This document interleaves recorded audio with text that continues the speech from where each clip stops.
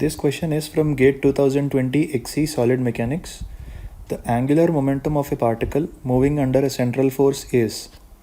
To answer this question, we have to understand what exactly is a central force. To understand that, let us consider a two-dimensional space as shown here, x and y.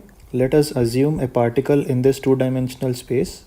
The distance from the origin to the particle, which is nothing but the position vector, is represented by r bar. Now let us assume that this particle is acted upon by a force in the direction towards or away from the center. So this force which acts along the position vector towards or away from the center or fixed point in space is called as central force. For ease of understanding, in this case, the central force is directed towards the center or fixed point. Mathematically, this central force is represented as F bar is equal to some function of position vector multiplied by its unit vector.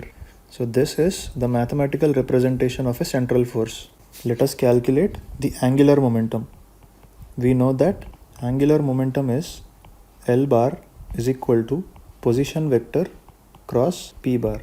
Remember that P bar here is the linear momentum. Now for simplicity, let us differentiate the left hand side and right hand side with respect to time.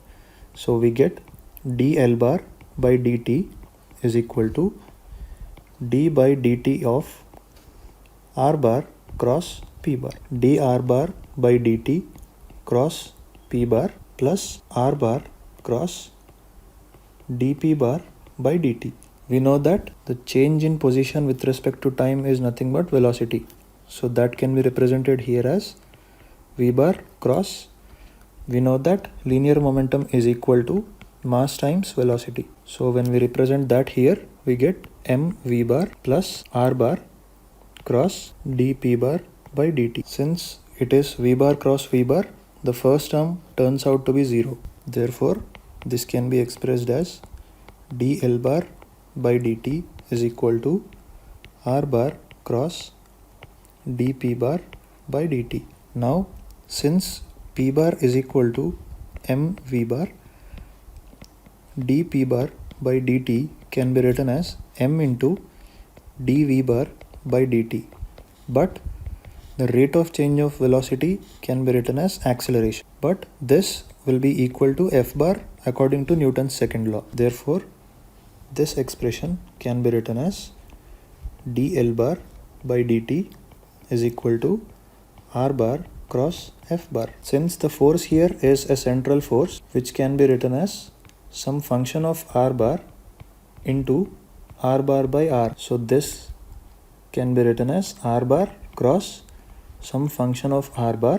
In this case also, r bar and some function of r bar are parallel to each other. Therefore, dl bar by dt turns out to be 0. It means that rate of change of angular momentum is 0. This is possible only if angular momentum is constant both in direction as well as magnitude. Therefore, the correct answer to this question is option B.